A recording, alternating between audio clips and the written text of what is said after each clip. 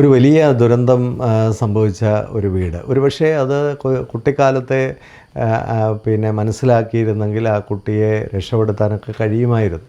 പക്ഷെ ആ വീട്ടിലെ അമ്മ എന്നോട് പറഞ്ഞത്, എൻ്റെ സാറേ, ഞാൻ ഒരുപാട് ആ കുഞ്ഞ് ചെറുതായിരുന്ന കാലം മുതൽ അച്ഛനോട് പറയുകയാണ് ഒരാളെ കാണാൻ പോയാൽ അല്ലെ ഏതെങ്കിലും ഒരു പ്രൊഫഷണൽ ഹെൽപ്പ് എടുക്കാം എന്ന് പറയുമ്പോൾ അച്ഛൻ ഒരിക്കൽ പോലും അതിനോട് സഹകരിച്ചിട്ടില്ല. ഒരിക്കൽ പോലും അതിന് അച്ഛന് ഭയങ്കര എതിർപ്പാണ് ഇങ്ങനെയുള്ള കാര്യങ്ങൾക്ക്. ഞാൻ ചോദിച്ചു, അച്ഛനും എന്തെങ്കിലും പ്രോബ്ലം ഉള്ളതായിട്ട് തോന്നിയിട്ടുണ്ടോ എന്ന് അമ്മയോട് ചോദിക്കുമ്പോൾ ആ അമ്മ പറഞ്ഞ ഒരു കാര്യം, ശരിക്കും പറഞ്ഞാൽ അച്ഛന് ഇതിനേക്കാളും വലിയ പ്രശ്നം അച്ഛനാണ്, പക്ഷെ അത് ഞാൻ മാത്രം സഹിക്കുകയും അത് പുറത്ത് പറയാതെ ഇരിക്കുകയും ചെയ്യുമായിരുന്നു. ഞാൻ പറഞ്ഞുകൊണ്ട് വരുന്നത് പല വീടിനുള്ളിലും അതിഭീകരമായ പ്രശ്നങ്ങളൊക്കെ നടക്കുകയാണ്. അത് ചിലപ്പോൾ അച്ഛനായിരിക്കാം, ചിലപ്പോൾ അമ്മയായിരിക്കാം. ഇതൊക്കെ കണ്ടു വളരുന്ന കുഞ്ഞുങ്ങളിൽ അതിനേക്കാളും വലിയ അസ്വസ്ഥതകളും പ്രശ്നങ്ങളും ഉണ്ടാകുകയാണ്. നമ്മുടെ നാട്ടിൽ മാനസിക ആരോഗ്യത്തെക്കുറിച്ചും വൈകാരിക ആരോഗ്യത്തെക്കുറിച്ചും വ്യക്തിത്വ വികസനത്തെക്കുറിച്ചും ഒക്കെ വലിയ ചർച്ചകൾ ആവശ്യമുണ്ട്. എനിക്ക് നല്ല പേരൻറ്റിങ് ക്ലാസ്സുകൾ തന്നെ എല്ലാ സ്കൂളുകളും മതസ്ഥാപനങ്ങളും സാംസ്കാരിക സംഘടനകളും ഒക്കെ നിരന്തരമായി സമൂഹത്തിൽ പ്രോത്സാഹിപ്പിക്കണം. എങ്കിലേ നമ്മുടെ സമൂഹത്തെ, നമ്മുടെ കുഞ്ഞുങ്ങളെ, നമ്മുടെ യുവാക്കളെ, യുവതികളെയൊക്കെ രക്ഷിച്ചെടുക്കാനായിട്ട് സാധിക്കുകയുള്ളൂ. അതിനെക്കുറിച്ചാണ് ഈ വീഡിയോ സംസാരിക്കുന്നത്.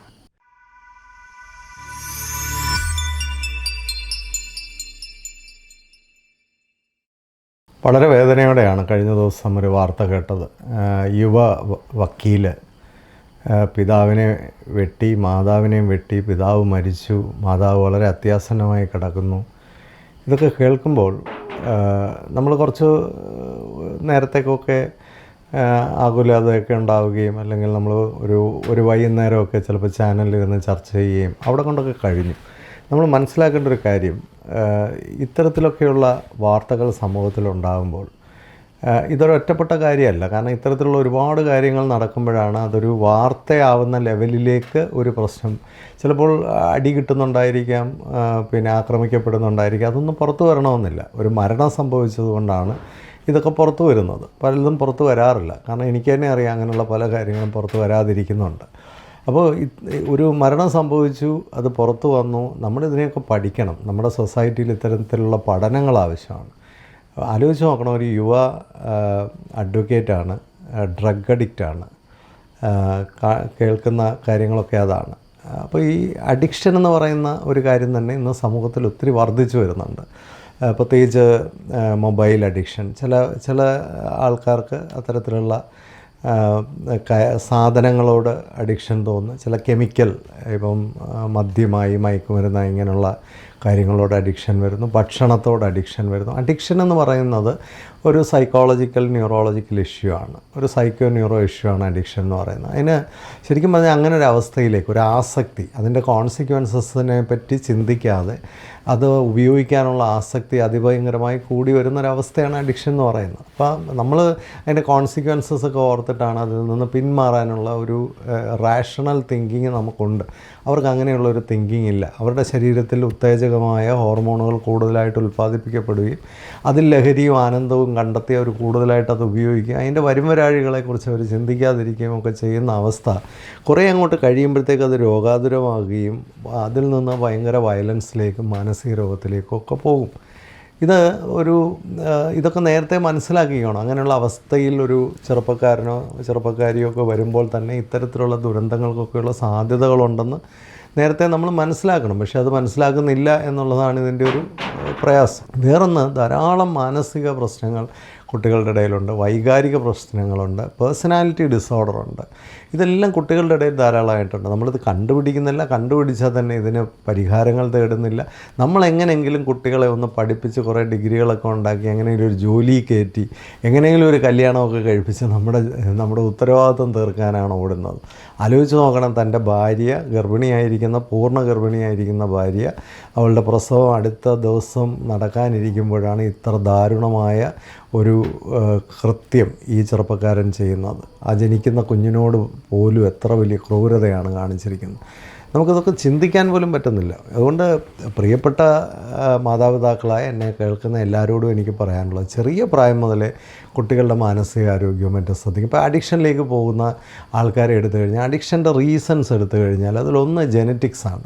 ഇപ്പോൾ നമ്മുടെ ഇമ്മീഡിയറ്റ് ആയിട്ടുള്ള മാതാവിലോ പിതാവിലോ അല്ലെങ്കിൽ ഇമ്മീഡിയറ്റ് ആയിട്ടുള്ള ഗ്രാൻഡ് പേരൻസിലോ ഒക്കെ ഇത്തരത്തിലുള്ള മാനസിക പ്രശ്നങ്ങളൊക്കെ ഉണ്ടെങ്കിൽ, അഡിക്ഷൻസ് ഉണ്ടെങ്കിൽ അതിൽ നിന്നൊക്കെ നമുക്ക് നമ്മുടെ കുട്ടികൾക്കും അതൊക്കെ വരാനുള്ള സാധ്യതകൾ വളരെ കൂടുതലായിരിക്കും. അതുകൊണ്ട് ആ കാര്യത്തിലൊക്കെ നമ്മൾ കൂടുതൽ ശ്രദ്ധിക്കുകയും അവരുടെ മെൻ്റൽ ഹെൽത്ത് ബെറ്റർ ആക്കാനായിട്ട് നമ്മൾ നിരന്തരമായി ശ്രമിക്കുകയും വേണം. രണ്ടാമത് അഡിക്ഷൻ വരാനുള്ള ഒരു കാര്യം എന്ന് പറയുന്നത് മാനസിക പ്രശ്നങ്ങളാണ്. സ്ട്രെസ്സ്. ഇപ്പോൾ സ്ട്രെസ്സൊക്കെ ഒരുപാട് വരുമ്പോൾ, ഭയങ്കരമായ നിരാശ വരുമ്പോൾ, ആകുലതകൾ വരുമ്പോൾ അതിൽ നിന്നൊക്കെ രക്ഷപ്പെടാനായിട്ടാണ് പലരും ഡ്രഗ്സിലേക്ക് പോകുന്നത്. സന്തോഷമില്ലാത്ത ചെറുപ്പക്കാരാണ് കൂടുതലും ഇങ്ങനെയുള്ള ആസക്തികളിലേക്കൊക്കെ പോകുന്നത്. അപ്പോൾ സന്തോഷം ഇല്ലാതിരിക്കുന്നത് തന്നെ ഒരു നല്ല പൊട്ടൻഷ്യൽ അവസ്ഥയാണ്, നമ്മൾ മനസ്സിലാക്കണം. മൂന്നാമത്തെ ഒരു കാര്യം എന്ന് പറയുന്നത്, നമ്മുടെ കുട്ടികളുടെ വളർച്ചാ കാലഘട്ടത്തിൽ അവർക്ക് സാമൂഹ്യ ബന്ധങ്ങളില്ല, സൗഹൃദ ബന്ധങ്ങളില്ല, ബന്ധുമിത്രാദികളുമായിട്ട് ഇടപെടലില്ല, ഇപ്പോൾ പ്രകൃതിയുമായിട്ട് ഇടപെടലുകളില്ല. പലപ്പോഴും ഇങ്ങനെ ഒറ്റപ്പെട്ടും അരണ്ടും ഒക്കെ ജീവിക്കുന്ന മനുഷ്യർ, പല പേരൻസും സമൂഹവുമായിട്ടൊന്നും ഇടപെടാതെ ജീവിക്കുന്നു. അപ്പോൾ കുട്ടികളുടെ ലോകം വളരെ ചെറുതായിരിക്കുമ്പോൾ അവരിലെ മാനസിക അസ്വസ്ഥതകളും വൈകാരിക പ്രശ്നങ്ങളും ഒക്കെ കൂടാനുള്ള സാധ്യതകളുണ്ട്. പിന്നെ വേറൊന്ന് അവൈലബിലിറ്റിയാണ്. നമ്മൾ മനസ്സിലാക്കേണ്ട ഒരു കാര്യം, ഇന്ന് നമ്മുടെ സമൂഹത്തിലെ ഈ ഡ്രഗ്സിൻ്റെയൊക്കെ അവൈലബിലിറ്റി വളരെ കൂടുതലാണ്. അപ്പോൾ അതുകൊണ്ട് തന്നെ ഇത്തരം കാര്യങ്ങളിലൊക്കെ പോയി വീഴാനും അതിൽ പെട്ടുപോകാനും ഒക്കെയുള്ള സാധ്യതകളും വളരെ കൂടുതലാണ്. അപ്പോൾ അതുകൊണ്ട് ഈ കാര്യത്തിലൊക്കെ വലിയൊരു ഗൗരവമായ ചിന്ത മാതാപിതാക്കൾക്ക് വേണം, അധ്യാപകർക്ക് വേണം, സമൂഹത്തിന് വേണം. ഇപ്പോൾ വിദ്യാഭ്യാസ കേന്ദ്രങ്ങളിലൊക്കെ തന്നെ കുട്ടികളെ പഠിപ്പിച്ച് മുഷിപ്പിച്ച് 10% കുട്ടികൾ ആ പഠിത്തത്തിൽ ലഹരി കണ്ടെത്തുന്നവരുണ്ടായിരിക്കും. 90% കുട്ടികൾക്കും ചിലപ്പോൾ ആ പഠിത്തത്തിലൊന്നും ഒരു സന്തോഷം കണ്ടെത്താനൊന്നും പറ്റുന്നില്ല. അപ്പോൾ അവിടെയാണ് അവർ സന്തോഷം അന്വേഷിച്ച് വേറെ സ്ഥലങ്ങളിലേക്ക് പോകാനുള്ള സാധ്യതകളൊക്കെ ഒത്തിരി കൂടുകയാണ്. അപ്പോൾ വിദ്യാഭ്യാസം കുറേ കൂടെ ആനന്ദകരവും സന്തോഷകരവും ഒക്കെ ആക്കി മാറ്റേണ്ട കാലഘട്ടത്തിലാണ് നമ്മൾ ജീവിക്കുന്നതെന്നൊക്കെ മനസ്സിലാക്കിയാൽ വളരെ നന്നായിരിക്കും. അധ്യാപകർക്കൊക്കെ കുട്ടികളെ കുറേ കൂടെ പ്രചോദിപ്പിക്കാൻ കഴിയും. ഇപ്പോൾ ഇന്ന് തന്നെ എൻ്റെ മകൻ കോളേജിൽ നിന്ന് വന്നിട്ട് പറഞ്ഞത്, ഇന്നും നടന്ന സെമിനാർ വളരെ നല്ലതായിരുന്നു, അത് അറ്റൻഡ് ചെയ്യാൻ തോന്നും. അതാണ് ചില കാര്യങ്ങളൊക്കെ കുട്ടികൾക്ക് അറ്റൻഡ് ചെയ്യാൻ തോന്നും. അത്തരം തോന്നലുകൾ കുട്ടികളിൽ സൃഷ്ടിക്കാൻ കഴിയുന്ന അത്തരത്തിൽ ഇൻസ്പയർ ചെയ്യാൻ പറ്റുന്ന രീതിയിൽ ക്ലാസ്സുകളൊക്കെ ഉണ്ടാവേണ്ടതുണ്ട്. പല ക്ലാസ്സുകളൊക്കെ ഭയങ്കര ഒരു ഡെഡായിട്ടുള്ള അവസ്ഥകളാണ്. അപ്പം ഞാൻ ഇത് പറയുമ്പോൾ തന്നെ ഈ കഴിഞ്ഞ 2 ദിവസം എന്നെ വിളിച്ച 2 മാതാപിതാക്കളുടെ കാര്യം കൂടെ പറഞ്ഞ് ഞാൻ ഈ വീഡിയോ അവസാനിപ്പിക്കാം. വളരെ പ്രധാനമായിട്ട് ഞാൻ കേട്ട ഒരു കാര്യമാണ്, ഒരു മകൻ +2 പഠിക്കുന്നു, സ്കൂളിലൊന്നും പോകുന്നില്ല, അവന് ആഹാരം കഴിക്കാതെ വാശി പിടിച്ചിരിക്കുന്നു. ഞാൻ ചോദിച്ചു, അതെന്താ സ്കൂളിലൊന്നും പോകാത്ത? അത് 10ാം ക്ലാസ് വരെ വേറൊരു സ്കൂളിലാണ് പഠിച്ചത്. അപ്പോൾ ഞാൻ ചോദിച്ചു, എന്താണ് ആ സ്കൂളിൽ നിന്ന് മാറിയത്? അവിടെ ചില പ്രശ്നങ്ങളൊക്കെ ആയിരുന്നു. അപ്പോൾ പ്രശ്നങ്ങൾ ഇപ്പോഴെങ്കിലും തുടങ്ങിയതല്ല അല്ലേ എന്ന് ചോദിച്ചപ്പോഴത്തേക്ക് 8ാം ക്ലാസ് മുതൽ പ്രശ്നമാണ്. 8ാം ക്ലാസ് മുതൽ, അല്ലെങ്കിൽ കുട്ടി ഒരു ടീനേജിലേക്ക് വന്ന സമയം മുതൽ കുട്ടിയിൽ പ്രശ്നങ്ങളാണ്. അപ്പോൾ അതിന് മുമ്പും പ്രശ്നങ്ങളുണ്ട്. കാരണം അതിന് മുമ്പുള്ള പ്രശ്നങ്ങൾ നമുക്ക് കുട്ടികളെയൊക്കെ പേടിപ്പിച്ചൊക്കെ ഒരു 6ാം ക്ലാസ് 7ാം ക്ലാസ് വരെയൊക്കെ കുട്ടികളെ വരട്ടിയും പേടിപ്പിച്ചും ഒക്കെ നമുക്ക് ഒതുക്കാൻ പറ്റും. പക്ഷേ ഒരു ടീനേജിലേക്കൊക്കെ വന്ന് കുട്ടി മുതിർന്ന് ശരീരമൊക്കെ ഡെവലപ്പ് ചെയ്ത് കഴിഞ്ഞാൽ ഇപ്പോൾ കുട്ടികൾക്ക് കുറച്ചുകൂടെയൊക്കെ ധൈര്യമൊക്കെ വരികയും അവരെ നമുക്ക് വരട്ടിയൊന്നും കാര്യങ്ങളെ ഒതുക്കാൻ പറ്റാതെ വരുമ്പോഴത്തേക്ക് കാര്യങ്ങൾ കൈവിട്ട് പോവുകയാണ്. ഇതാണ് സംഭവിക്കുന്നത്. അപ്പോൾ ചെറിയ പ്രായം മുതലേ വൈകാരികമായ പ്രശ്നങ്ങളുണ്ട്. ചില കുട്ടികളിൽ ADHD ഉണ്ട്, ചില കുട്ടികളിൽ മാനസികമായ ആരോഗ്യത്തിൻ്റെ കുറവുണ്ട്, സോഷ്യൽ എബിലിറ്റീസ് കുറവാണ്. ഇങ്ങനെയൊക്കെയുള്ള ഒത്തിരി പ്രശ്നങ്ങളുണ്ട്. ഇതൊന്നും നമ്മൾ മനസ്സിലാക്കുന്നില്ല. നമ്മൾ പറയുന്നത് എന്താണ്, കുട്ടി സ്കൂളിൽ പോകുന്നില്ല, അപ്പോൾ സ്കൂളിൻ്റെ കുറ്റമാണ്, അല്ലെങ്കിൽ ആ +2ൻ്റെ പ്രശ്നമാണ് എന്നൊക്കെ പറഞ്ഞ് നമ്മൾ ആശ്വസിക്കാൻ ശ്രമിക്കുകയാണ്. തീർച്ചയായിട്ടും മനസ്സിലാക്കേണ്ട ഒരു കാര്യം, കുട്ടികൾ ഡെവലപ്പ് ചെയ്യുമ്പോൾ അവർ സമഗ്രമായി വളർന്നു വരണം. സമഗ്രമായി വളരുക എന്ന് പറഞ്ഞാൽ അവരുടെ ശരീരം, മനസ്സ്, അവരുടെ വൈകാരികത, അവരുടെ സാമൂഹികമായ പ്രതിഫലനങ്ങൾ, ആത്മീയ പ്രതിഫലനങ്ങൾ എല്ലാം തന്നെ എല്ലാ തരത്തിലും അവർക്ക് ഒരു വളർച്ചയുണ്ടാകണം. കഴിഞ്ഞ ദിവസം എൻ്റെ മകൻ തന്നെ ഒരു ചർച്ചയിൽ ഞങ്ങൾ ഇരുന്ന് ഡിസ്കസ് ചെയ്യുമ്പോൾ എന്നോട് ചോദിച്ചൊരു കാര്യമാണ്, ഈ എല്ലാവരുടെയും കാര്യങ്ങൾ നമ്മളെന്തിനാണ് നോക്കുന്നത്? തീർച്ചയായിട്ടും എല്ലാവരുടെയും കാര്യങ്ങൾ നോക്കേണ്ട ഒരു ഉത്തരവാദിത്വമുണ്ട്. നമ്മൾ ചെയ്യുന്ന ഓരോ കാര്യങ്ങളും നമുക്ക് ചുറ്റുമുള്ള ആൾക്കാരെ എങ്ങനെ ബാധിക്കുന്നു എന്ന് ചിന്തിക്കേണ്ടതായിട്ടുണ്ട്. അതും വളരെ പ്രധാനം തന്നെയാണ്. എൻ്റെ മാത്രം കാര്യം അന്വേഷിക്കുന്നത് അതൊരു ശാരീരിക പ്രശ്നം മാത്രമാണ്. എൻ്റെ ചുറ്റുമുള്ളവരുടെ കാര്യങ്ങൾ കൂടെ ഞാൻ ബോധവാനാകുമ്പോഴാണ് അതിനെയാണ് ഒരു ആത്മീയത എന്നൊക്കെ വിളിക്കുന്നത്. അപ്പോൾ നമ്മൾ ചുറ്റുമുള്ളവരെയും കൂടി അയൽക്കാരെയും കൂടി ചേർത്ത് പിടിക്കേണ്ട ഒരു ഉത്തരവാദിത്വം നമുക്കുണ്ട്. നമ്മൾ ചെയ്യുന്ന കാര്യങ്ങൾ അവർക്ക് ദോഷമാകാതിരിക്കേണ്ടത് നമുക്ക് വലിയ നിർബന്ധമായ കാര്യമാണ്. ഒരു കുട്ടിയെക്കുറിച്ച് പറഞ്ഞത് അവൻ പിന്നെ വീട്ടിൽ വന്നാൽ വളരെ ഡീസൻ്റാണ്, തൊഴിലിടങ്ങളിലൊക്കെ അവൻ വളരെ ഡീസൻ്റാണ്, അല്ല വേറെ ചില സ്ഥലങ്ങളിലൊക്കെ പുള്ളി വളരെ മോശമാണ്. അവിടെയാണ് കുഴപ്പം വരുന്നത്. അപ്പം വീട്ടിൽ കുട്ടിക്ക് പിന്നെ മാതാപിതാക്കളെ പേടിയുണ്ട്, അല്ലെങ്കിൽ അവിടെ പുള്ളിയുടെ കുഴപ്പങ്ങളൊന്നും അവിടെ നടക്കില്ല, അതുകൊണ്ട് അവിടെ കറക്റ്റാണ്. സ്കൂളിലും പുള്ളി കറക്റ്റാണ്. പക്ഷേ വേറെ ചില സ്ഥലങ്ങളിലൊക്കെ ചെന്ന് കഴിഞ്ഞാൽ പുള്ളി ഞാൻ കൈവിട്ട് പോവുകയാണ്. അപ്പോൾ സ്വയം നിയന്ത്രിക്കാനുള്ള കഴിവ് പുള്ളിക്കില്ല. പേടി കൊണ്ടാണ് പലയിടത്തും പുള്ളി നിയന്ത്രിച്ച് നിൽക്കുന്നത്. അത് കുഴപ്പമാണ്. അത്തരം കുട്ടികൾ പിന്നെ നാളെ ആ പേടിയെല്ലാം മാറുമ്പോഴത്തേക്ക് എല്ലാ സ്ഥലത്തും കുഴപ്പമാകാൻ സാധ്യതയുണ്ട്. ഇന്ന് വിളിച്ച വേറൊരു അമ്മയാണ്. അമ്മ എന്നോട് പറഞ്ഞത് നല്ല കുട്ടിയാണ്, ഒരു കുഴപ്പമില്ല, പക്ഷേ ഞങ്ങൾ ചിലപ്പോഴൊക്കെ ഭയങ്കരമായിട്ടങ്ങ് ദേഷ്യപ്പെടുകയും വഴക്കിടുകയൊക്കെ ചെയ്യുന്നു. അതുകൊണ്ട് കുട്ടി ഇപ്പോൾ വളരെ അസ്വസ്ഥനാണ്. സ്വസ്ഥതയില്ല കുട്ടിക്ക്. അപ്പോൾ കുട്ടി എന്താണ് അസ്വസ്ഥനായിരിക്കുന്നത്? കുട്ടിക്ക് പിന്നെ സൗഹൃദങ്ങളുണ്ടോ എന്ന് ചോദിച്ചപ്പോൾ സൗഹൃദങ്ങളില്ല, കളിയുണ്ടോ എന്ന് ചോദിച്ചപ്പോൾ കളിയില്ല, ട്യൂഷനുണ്ട്, 90% മാർക്ക് വാങ്ങിക്കുന്ന കുട്ടിയാണ്. ഞാൻ ചോദിച്ചു സ്കൂളിലെങ്കിലും കുട്ടിക്ക് കളിക്കാനൊക്കെ. സ്കൂളിൽ അവൻ 2ാമത്തെ ബസ്സിനാണ് വന്നുകൊണ്ടിരുന്നത്. ഇപ്പം 95 ഒക്കെ കിട്ടിക്കൊണ്ടിരുന്ന കുട്ടിക്ക് ഇപ്പം 90 ആയപ്പോൾ ഞാൻ പറഞ്ഞു ഫസ്റ്റ് ബസ്സിൽ തന്നെ പോരാൻ പറഞ്ഞു.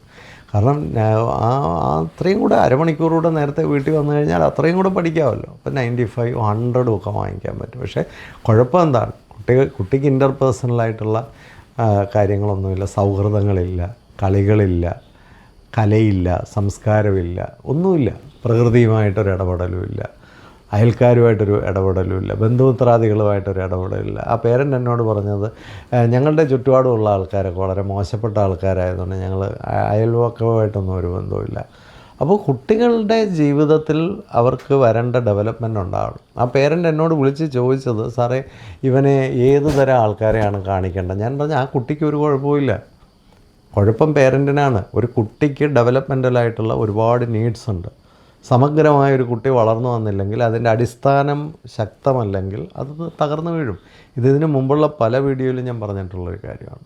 നമ്മൾ ഓരോ ദുരന്തങ്ങളും ഓരോ ദിവസവും കാണുമ്പോൾ അതിൻ്റെയൊക്കെ പുറകിൽ നമ്മുടെ ഒരു പങ്കൂടെ അതിനകത്തുണ്ട്. പ്രത്യേകിച്ച് സാമൂഹിക സാംസ്കാരിക സംഘടനകൾ, രാഷ്ട്രീയ സംഘടനകൾ, മതസംഘടനകളൊക്കെ ആലോചിക്കേണ്ട ഒരു കാര്യം, പേരൻസിനെ ശരിയായ രീതിയിൽ ഗൈഡ് ചെയ്യുക. കുട്ടികളെ സമഗ്രമായി വളർത്താൻ, കുട്ടികളെ സന്തോഷമുള്ളവരായി വളർത്താൻ, ആരോഗ്യമുള്ളവരായി വളർത്താൻ, കാഴ്ചപ്പാടുള്ളവരായി വളർത്താൻ അവർക്ക് നല്ല ട്രെയിനിങ് കൊടുത്തേ പറ്റുള്ളൂ. ട്രെയിനിങ് കിട്ടുന്ന പേരൻസിന് വലിയ മാറ്റങ്ങളുണ്ടാകുന്നുണ്ട്. അവർക്കറിയില്ലായിരുന്നു, അവരത് ചിന്തിച്ചില്ല. പലപ്പോഴും കുട്ടികളുടെ കാര്യത്തിൽ നമ്മൾ വൈകാരികമായി അവരെ ചേർത്ത് പിടിച്ചങ്ങ് ജീവിച്ചങ്ങ് പോവാണ്.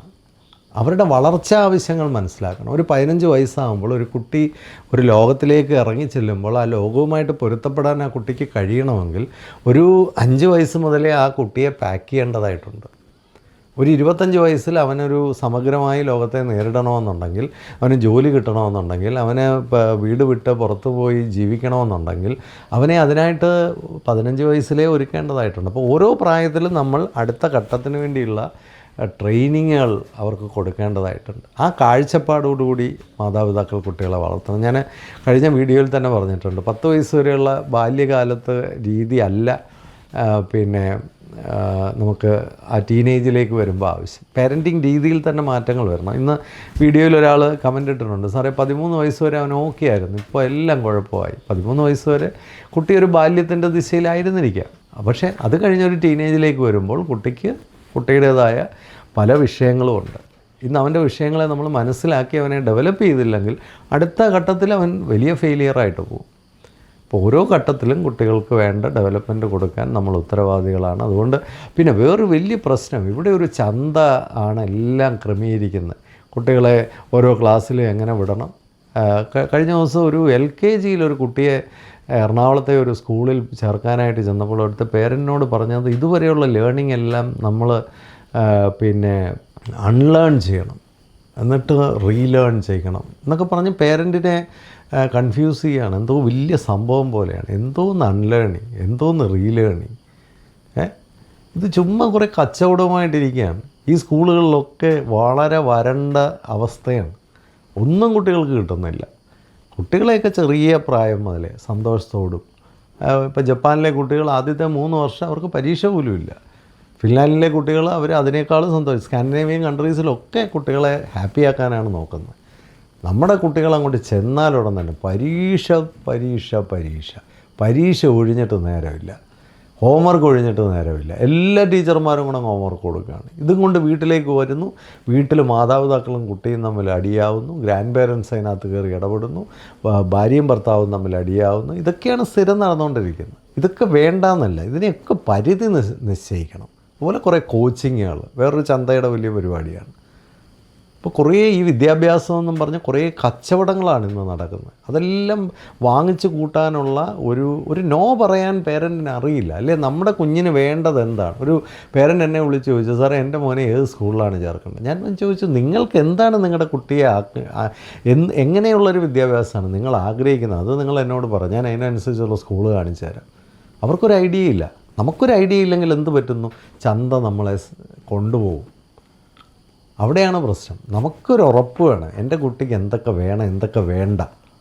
ആവശ്യമില്ലാത്ത ഒന്നും നമ്മുടെ കുട്ടികളുടെ തലയിലെടുത്ത് വെക്കരുത്. മാതാപിതാക്കൾ കാര്യങ്ങൾ കൃത്യമായി മനസ്സിലാക്കി കുട്ടികളെ ചെറിയ പ്രായം മുതലേ വളർത്തിയാൽ ഒന്നുമില്ലെങ്കിലും അവർ വലിയ ആളാവുമെന്നൊന്നും ഞാൻ പറയുന്നില്ല, പക്ഷെ ഒരു മനുഷ്യരാകും. ഈ ലോകത്തെ സാഹചര്യങ്ങളുമായിട്ട് പൊരുത്തപ്പെട്ടവർക്ക് ജീവിക്കാനെങ്കിലും പറ്റും. ഇത് പണമൊക്കെ ഉണ്ട്, ഒരുപാട് പണമുണ്ട്. ഇപ്പോൾ കായംകുളത്ത് പിന്നെ ഈ ആക്രമിക്കപ്പെട്ട പിതാവ് കൊല്ലപ്പെട്ടു, അമ്മ സീരിയസ് ആയിട്ട് ഹോസ്പിറ്റലിൽ ജീവനോട് മല്ലിടുന്നു. അവർക്ക് പണത്തിനൊരു കുറവില്ല. അപ്പോൾ പണമല്ല ഇവിടെ പ്രശ്നം, ജീവിക്കാനറിയാത്ത തലമുറ. എല്ലാവരും അല്ല, പക്ഷെ അങ്ങനെ ഒരുപാട് പേരുണ്ടാവുന്നുണ്ട്. അത് വലിയ ദുരന്തമായി മാറും, സമൂഹത്തിന് വലിയ പ്രശ്നമായി മാറും.